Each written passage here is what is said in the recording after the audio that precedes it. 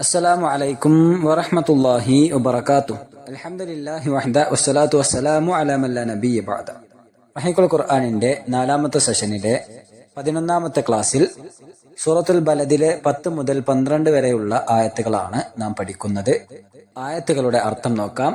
വഹദൈനാഹുൻ നജ്ദൈൻ, തെളിഞ്ഞു നിൽക്കുന്ന 2 പാതകൾ അവന് നാം കാട്ടിക്കൊടുക്കുകയും ചെയ്തിരിക്കുന്നു. വഹദൈനാഹു, അവന് നാം കാട്ടിക്കൊടുത്തിരിക്കുന്നു, കാണിച്ചു കൊടുത്തിരിക്കുന്നു. അന്നജദൈൻ, തെളിഞ്ഞു നിൽക്കുന്ന 2 പാതകൾ. ഫലഖ്തഹമൽ അഖബ, എന്നിട്ട് ആ മലമ്പാതയിൽ അവൻ തള്ളിക്കടന്നില്ല. ഫലഖ്തഹമ, എന്നിട്ട് അവൻ തള്ളിക്കടന്നില്ല. അൽ അഖബത, ആ മലമ്പാതയിൽ. വമാ അദ്റാക മൽ അഖബ, ആ മലമ്പാത എന്താണെന്ന് താങ്കൾക്കറിയാമോ? പ്രവാചകനോടാണ് അഭിസംബോധനയുള്ളത്. പ്രവാചകരോടായിക്കൊണ്ട് അല്ലാഹു ചോദിക്കുകയാണ്, വമാ അദ്റാക, പ്രവാചകരെ താങ്കൾക്കറിയാമോ? മൽ അഖബത്തു, എന്താണ് ആ മലമ്പാത എന്ന്. മനുഷ്യന് നൽകപ്പെട്ട ചില പ്രധാന അനുഗ്രഹങ്ങളെ സംബന്ധിച്ച് പരാമർശിച്ച ശേഷം അവന്റെ ലക്ഷ്യസാക്ഷാത്കാരത്തെക്കുറിച്ച് പറയുകയാണ് ഈ വചനങ്ങളിലൂടെ അല്ലാഹു സുബ്ഹാനഹു വ തആല ചെയ്യുന്നത്. മനുഷ്യന്റെ നന്മയുടേതും തിന്മയുടേതുമായ 2 തെളിഞ്ഞ വഴികളും അല്ലാഹു സുബ്ഹാനഹു വ തആല മനുഷ്യന് കാണിച്ചു കൊടുത്തിരിക്കുന്നു. ഇവിടെ വഹദൈനാഹുൻ നജ്ദൈൻ, അവന് നാം 2 വഴികൾ, 2 പാതകൾ നാം കാണിച്ചു കൊടുത്തിരിക്കുന്നു, നാം ഹിദായത്ത് നൽകിയിരിക്കുന്നു എന്ന് പറഞ്ഞു. നജ്ദാൻ എന്നുള്ള ആ ഒരു പ്രയോഗം എടുത്തു നോക്കുകയാണെങ്കിൽ പണ്ഡിതന്മാർ അതിനെ വിവരിച്ചിട്ടുള്ളത് നജ്ദുൽ ഖൈർ വ നജ്ദുൽ ശർ, നന്മയുടേതായ ഒരു പാതയും തിന്മയുടേതായ മറ്റൊരു പാതയും. ഇങ്ങനെ 2 പാതകൾ അല്ലാഹു സുബ്ഹാനഹു വ തആല മനുഷ്യനെ നൽകിയിട്ടുണ്ട്, കാണിച്ചു കൊടുത്തിട്ടുണ്ട് എന്നാണ്. തന്റെ നന്മയുടെ മാർഗം ഏതാണെന്നോ തിന്മയുടെ മാർഗം ഏതാണെന്നോ അറിയാതെ മനുഷ്യൻ വിഷമിക്കേണ്ടതില്ല എന്നും 2ഉം വെവ്വേറെ തെളിഞ്ഞു പൊന്തിക്കാണത്തക്കവണ്ണം അല്ലാഹു സുബ്ഹാനഹു വ തആല അവയെ വ്യക്തമായി വിവരിച്ചു കൊടുത്തിട്ടുണ്ട് എന്ന് മനുഷ്യനെ ഓർമ്മപ്പെടുത്തുകയാണ് ഈ വചനത്തിലൂടെ അല്ലാഹു ചെയ്യുന്നത്.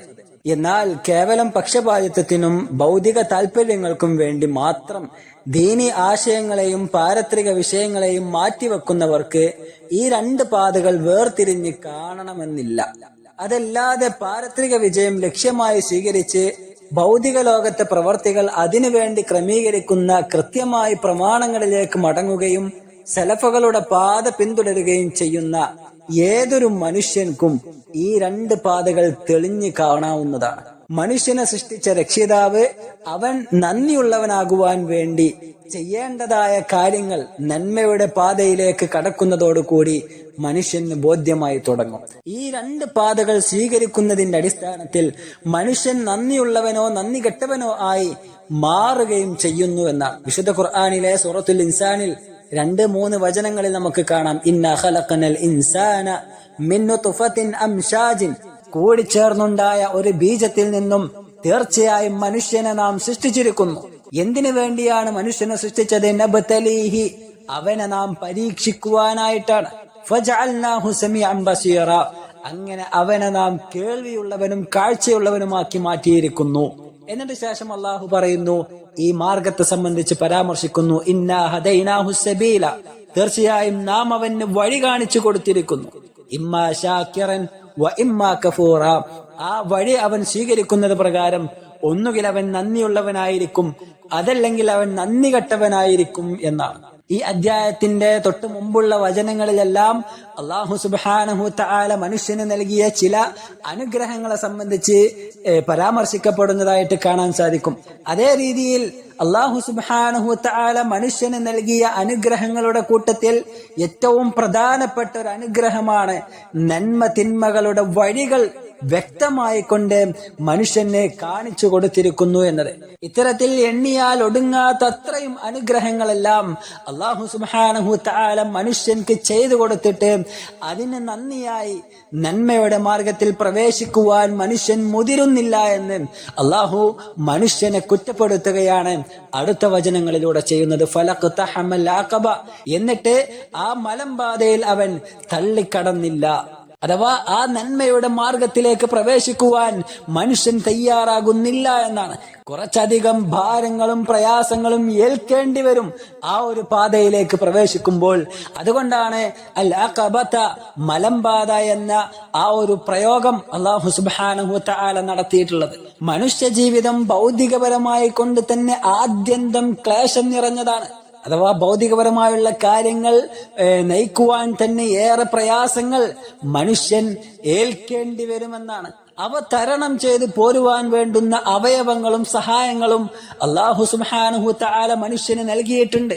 അതേ രീതിയിൽ അവൻ പാരത്രികപരമായുള്ള സമ്പാദനത്തിലേക്ക് അവൻ തിരിഞ്ഞു നോക്കുകയാണെങ്കിൽ ഈ രൂപത്തിൽ അനശ്വര ജീവിതത്തിന് വേണ്ടി സമ്പാദിക്കുവാനുള്ള ക്ലേശവും മനുഷ്യൻ അനുഭവിക്കേണ്ടത് തന്നെയാണ്.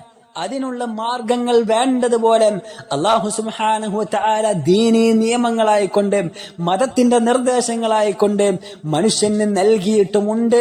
അതുകൊണ്ട് അത് അവൻ സ്വീകരിച്ചു കൊള്ളട്ടെ എന്നാണ്. ആ രീതിയിൽ കുറെ പ്രയാസപ്പെട്ടുകൊണ്ടാണെങ്കിലും ശരി ഈ മാർഗങ്ങളിൽ മനുഷ്യൻ പ്രവേശിക്കുക തന്നെ ചെയ്യേണ്ടതുണ്ട്. ലോകം അതിന്റെ അവസാന യുഗങ്ങളിലേക്ക് സഞ്ചരിച്ചു കൊണ്ടിരിക്കുമ്പോൾ തടസ്സങ്ങൾ മറികടന്ന് വീണ്ടും വീണ്ടും ഈ മലമ്പാതയിലൂടെ യാത്ര തുടരുമ്പോൾ തന്റെ ധാർമ്മിക മൂല്യം സംരക്ഷിക്കുവാൻ താൻ ഏൽക്കേണ്ടി വരുന്ന പ്രയാസങ്ങളും ക്ലേശങ്ങളും തന്റെ മുന്നിൽ കൂമ്പാരമായി കുമിഞ്ഞുകൂടിക്കൊണ്ടേയിരിക്കും. സമൂഹത്തിലെ ഭൂരിപക്ഷം ആളുകൾക്കും തിന്മയായി തോന്നാത്ത വിധം തിന്മകൾ ഇവിടങ്ങളിൽ വിഹരിച്ചുകൊണ്ടേയിരിക്കും. പൊതുജനങ്ങൾ മുതൽ ഭരണപക്ഷത്തുള്ള അധികാരികൾ പോലും തിന്മകളുടെ വക്താക്കളായി ചമയുകയും അതിനുവേണ്ടി ശ്രദ്ധിക്കുകയും ന്യായീകരിക്കുകയും ചെയ്യുന്ന മനുഷ്യർ ഭൂമുഖത്ത് ജന്മം കൊള്ളുകയും ഭീമാകാരമായ തിന്മകളിലേക്ക് എത്തിക്കുന്ന പ്രവണതകൾക്ക് ഇത്തരത്തിലുള്ള ആളുകൾ ചുക്കാൻ പിടിക്കുകയും ചെയ്യുന്ന രംഗങ്ങൾ സമൂഹത്തിൽ കണ്ടുകൊണ്ടേയിരിക്കുകയാണ്. അതിന്റെ ഏറ്റവും വലിയ മകുടോദാഹരണമാണ് കേരളക്കരയിൽ പുരോഗമനം എന്ന പേരിൽ നടപ്പാക്കപ്പെട്ടുകൊണ്ടിരിക്കുന്ന അർത്ഥശൂന്യ പ്രവണത കഴിഞ്ഞ ദിവസങ്ങളിൽ നാം കണ്ടത്. ലഹരിക്കെതിരെ നടത്തപ്പെടുന്ന ഒരു പ്രോഗ്രാം അത് ലഹരിക്കെതിരാകണമെന്നോ അല്ലെങ്കിൽ അതിനെതിരെ ഒരു സന്ദേശമെങ്കിലും പകർന്നു നൽകണമെന്നോ പോലും താല്പര്യപ്പെടാത്ത വിഭാഗം ലഹരിയുടെ അപകടവും അതിന്റെ വിപത്തുകളും ദൂഷ്യഫലങ്ങളും കുഞ്ഞു മനസ്സുകളെ ബോധവൽക്കരണങ്ങളിലൂടെ ബോധ്യപ്പെടുത്തുന്നതിന് പകരം ചില പ്രത്യേക രീതിയിൽ മ്യൂസിക് ഇട്ട് ചാടി കളിച്ചത് കൊണ്ട് നാട് ലഹരിമുക്തമാകുമെന്ന അതിശയോക്തി എവിടെ നിന്ന് പ്രത്യക്ഷപ്പെട്ടു എന്ന് നമ്മൾ ആലോചിക്കേണ്ടിയിരിക്കുന്നു. കുട്ടികളിൽ മാനസിക ഉല്ലാസവും കായിക ശേഷിയും വളർത്തിയെടുക്കാനുള്ള വിദ്യാലയങ്ങളിലെ നിലവിലെ സംവിധാനങ്ങൾ ഉപയോഗപ്പെടുത്താതെ വിദ്യാർത്ഥികളെ ഇത്തരം നിരർത്ഥകമായ പ്രവണതയിലേക്ക് തിരിച്ചുവിടാൻ ശ്രമിക്കുമ്പോൾ അതിന്റെ പിന്നിലെ ഗൂഢമായ ലക്ഷ്യങ്ങൾ ചോദ്യം ചെയ്യപ്പെടുകയാണ്. ധാർമ്മികത വളർത്താനുള്ള ഔഷധമെന്ന് മുദ്രകുത്തി അർത്ഥശൂന്യമായ കാട്ടിക്കൂട്ടലുകളും കോപ്രായങ്ങളും സമൂഹത്തിലെ പൊതുനിരത്തുകളിൽ ഒന്നും അറിയാത്ത ബാല്യങ്ങളിൽ പോലും അടിച്ചേൽപ്പിക്കപ്പെടുന്ന തരത്തിലുള്ള പുരോഗമനങ്ങളാണ് നടന്നുകൊണ്ടിരിക്കുന്നത്. ഒരു തിന്മയെ തുടച്ചു നീക്കാനെന്ന പേരിൽ ഒരു നിലക്കും അതിന്റെ ഇല്ലായ്മക്ക് കാരണമാകാത്ത, എന്നാൽ അതിലേക്ക് എത്തിക്കുവാൻ കാരണമായേക്കുന്ന മറ്റൊരു തിന്മ കൂടി പ്രത്യക്ഷപ്പെടുത്തിയിട്ട് അതും കൂടി ജനങ്ങളെ കൊണ്ട് ചെയ്യിപ്പിക്കുന്ന ഒരു സാഹചര്യം. ഒരുപക്ഷെ കുട്ടികൾ അണിയണിയായി നിന്നുകൊണ്ട് ആടിത്തിമിർക്കുന്നത് കാണുമ്പോൾ കാഴ്ചയിൽ എന്തു രസമാണ്, എന്തു ഭംഗിയാണ് എന്നൊക്കെ നമുക്ക് പറയാൻ തോന്നുമെങ്കിലും അതിന്റെ പിന്നാമ്പുറത്ത് മറഞ്ഞു കിടക്കുന്ന ദൂഷ്യഫലങ്ങൾ, കുടുംബവും ബന്ധങ്ങളും സമാധാന അന്തരീക്ഷങ്ങളും നിലനിൽക്കണമെന്ന് ആഗ്രഹിക്കുന്ന ഏതൊരു പച്ചയായ മനുഷ്യനും ഊഹിച്ചാൽ തെളിയുന്നതേയുള്ളൂ. ആൺപെൺകുട്ടികളെ കൂട്ടം കലർത്തി ആട്ടവും നൃത്തവും കൊണ്ട് ചുവടുവെപ്പിക്കുമ്പോൾ അവരറിയാതെ അവരുടെ മനസ്സിലേക്ക് പ്രവേശിക്കുന്ന ചില സന്ദേശങ്ങളിലൂടെ പിന്നീട് അവരുടെ ജീവിതത്തിൽ അവർക്ക് യാതൊരു അപകടവും ഉണ്ടാകില്ല എന്ന് തറപ്പിച്ചു പറയാൻ ചുരുങ്ങിയ നിലയിൽ 10ാം ക്ലാസ് വിദ്യാഭ്യാസമെങ്കിലുമുള്ള ഒരാൾക്ക് എങ്ങനെയാണ് പറയുവാൻ സാധിക്കുക? ഇഷ്ടമുള്ളവർ ചെയ്താൽ മതി എന്ന മുതിർന്നവർക്ക് നൽകുന്നത് പോലെയുള്ള ഓപ്ഷൻ പ്രായപൂർത്തിയെത്താത്ത ചെറിയ കുട്ടികൾക്ക് നൽകിയിട്ട് എന്ത് ഫലമാണുള്ളത്? ഇനി തന്റെ തൃപ്തിയില്ലായ്മ പ്രകടിപ്പിച്ചുകൊണ്ട് ക്ലാസ്സിലെ ബഹുഭൂരിപക്ഷം വരുന്ന കുട്ടികളിൽ നിന്നും 4-5 കുട്ടികൾ മാത്രം മാറി നിന്നാൽ തന്നെ അവരുടെ മാനസിക സമ്മർദ്ദം വർദ്ധിക്കുവാൻ ഇനി മറ്റെന്തെങ്കിലും വഴികൾ തേടേണ്ടതുണ്ടോ?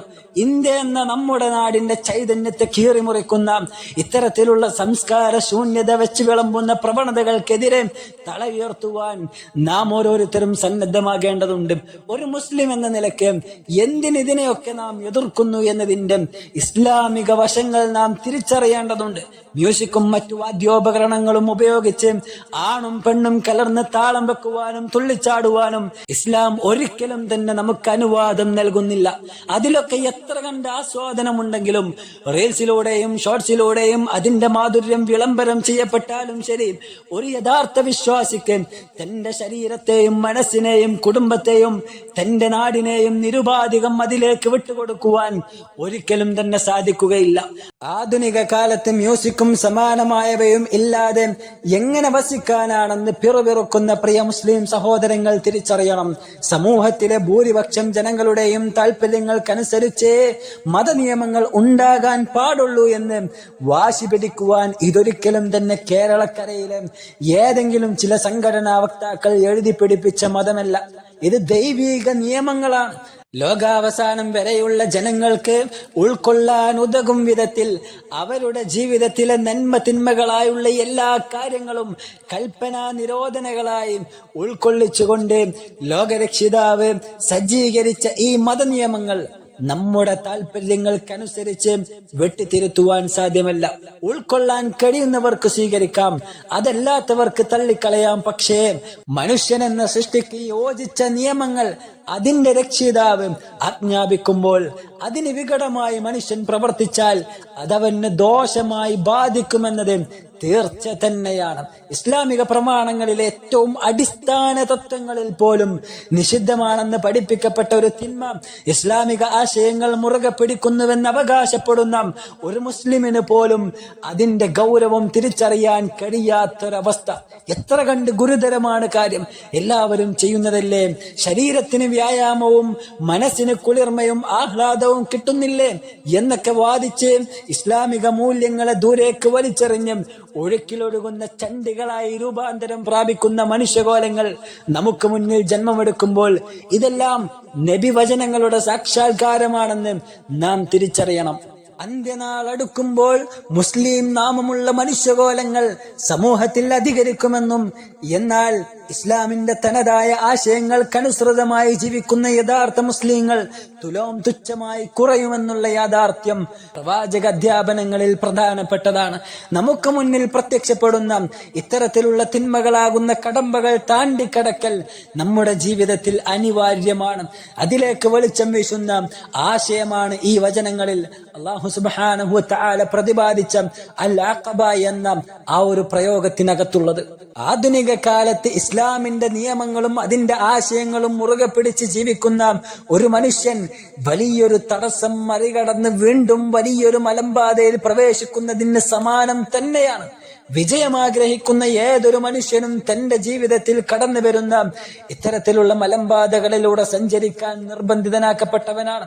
സമൂഹത്തിലെ സകലരും തനിക്കെതിരായാലും ശരി, പ്രാകൃതരെന്നും 6-ാം നൂറ്റാണ്ടിൽ നിന്നും ബസ് കയറാത്തവരെന്നും മ്യൂസിയത്തിലെ ഓൾഡ് ബീസി എന്നുമൊക്കെ ആക്ഷേപിക്കപ്പെട്ടാലും ശരി, ആദർശം പണയം വെച്ച് തുച്ഛമായ ചില ഭൗതിക താല്പര്യങ്ങൾ മുന്നിൽ കണ്ട് അനശ്വരമായ പരലോക ജീവിതം നഷ്ടത്തിലാഴ്ത്തുവാൻ നാം ഒരിക്കലും തയ്യാറാകരുത്. നമുക്ക് സ്വാതന്ത്ര്യമുണ്ട്. കേവലാസ്വാദനങ്ങൾക്ക് പിന്നാലെ കൂടി കുടിച്ചും മതിച്ചും തിമിർത്തുമുല്ലസിച്ച് ഒന്നിനും കൊള്ളാത്ത സംസ്കാര ശൂന്യരായ നാണം കെട്ട സമുദായമായി ആടിത്തീർക്കാം നമ്മുടെ ജീവിതം. അതിന് നമുക്ക് സ്വാതന്ത്ര്യമുണ്ട്. എന്നാൽ മരണമെന്ന യാഥാർത്ഥ്യം നമുക്ക് മുന്നിൽ പ്രത്യക്ഷപ്പെട്ടാൽ പിന്നീട് എന്ത് എന്ന് ചിന്തിക്കുവാനുള്ള ആകെയുള്ള അവസരം കൂടിയാണ് നമ്മൾ ജീവിച്ചു കൊണ്ടിരിക്കുന്ന ഈ അവസരം എന്ന് നാം ഒരിക്കലും മറന്നു പോകരുത്. ജീവിതത്തിൽ ഇത്തരത്തിലുള്ള പരീക്ഷണ ഘട്ടങ്ങൾ ഉണ്ടാകുമെന്നും ഭൗതിക കാര്യങ്ങളിൽ വ്യാപൃതനാകുമ്പോൾ ഏൽക്കുന്ന പരീക്ഷണങ്ങളെക്കാൾ മതവിഷയങ്ങളിൽ ഇടപഴകുമ്പോഴും അത് ചർച്ച ചെയ്യുമ്പോഴും ഏൽക്കേണ്ടുന്ന പരീക്ഷണങ്ങൾ ഏറെ കാഠിന്യമുള്ളതായിരിക്കുമെന്നും നാം മനസ്സിലാക്കുക. അതുകൊണ്ടാണ് പ്രവാചകനോടുള്ള അഭിസംബോധനാ രൂപമായി അല്ലാഹു സുബ്ഹാനഹു വ തആല വീണ്ടും എടുത്തു ചോദിക്കുന്നത്, പ്രവാചകരെ വമാ അദ്റാക മൽ അഖബ, പ്രവാചകരെ താങ്കൾക്കറിയാമോ അഖബ എന്നാൽ എന്താണെന്ന്, ആ മലമ്പാത എന്ന് പറഞ്ഞാൽ എന്താണെന്ന് പ്രവാചകരെ താങ്കൾക്കറിയാമോ? ശേഷം ചില കാര്യങ്ങൾ ഇസ്ലാമിൻ്റെതായുള്ള ചില വിഷയങ്ങൾ അവിടെ ചർച്ച ചെയ്യുന്നതായി കൊണ്ട് കാണാം. ഇൻഷാ അല്ലാഹ് വരും ക്ലാസ്സുകളിൽ അതിനെ സംബന്ധിച്ച് നമുക്ക് പഠിക്കാം. എത്ര വലിയ സന്നിഗ്ധ ഘട്ടമാണെങ്കിലും നന്മയിൽ മുന്നേറുവാൻ നാം പരിശ്രമിക്കുക. ദീനി ആശയങ്ങൾക്ക് വികടമായി ഒരിക്കലും തന്നെ ജീവിതത്തിൽ നാം പ്രവർത്തിക്കാതിരിക്കുക. മതത്തിന്റെ നിയമങ്ങൾ പഠിക്കുവാനും അതിനനുസരിച്ച് ജീവിതത്തെ ക്രമീകരിക്കുവാനും നിരന്തരം നാം തയ്യാറാവുക, അതിനുവേണ്ടി പരിശ്രമിക്കുക. അല്ലാഹു സുബ്ഹാനഹു വ തആല അതിനുള്ള തൗഫീഖ് നമുക്കെല്ലാം നൽകി അനുഗ്രഹിക്കുമാറാകട്ടെ. വസല്ലല്ലാഹു വസല്ലം അലാ നബിയിന മുഹമ്മദ്. അസ്സലാമു അലൈക്കും വറഹ്മത്തുള്ളാഹി വബറകാതുഹു.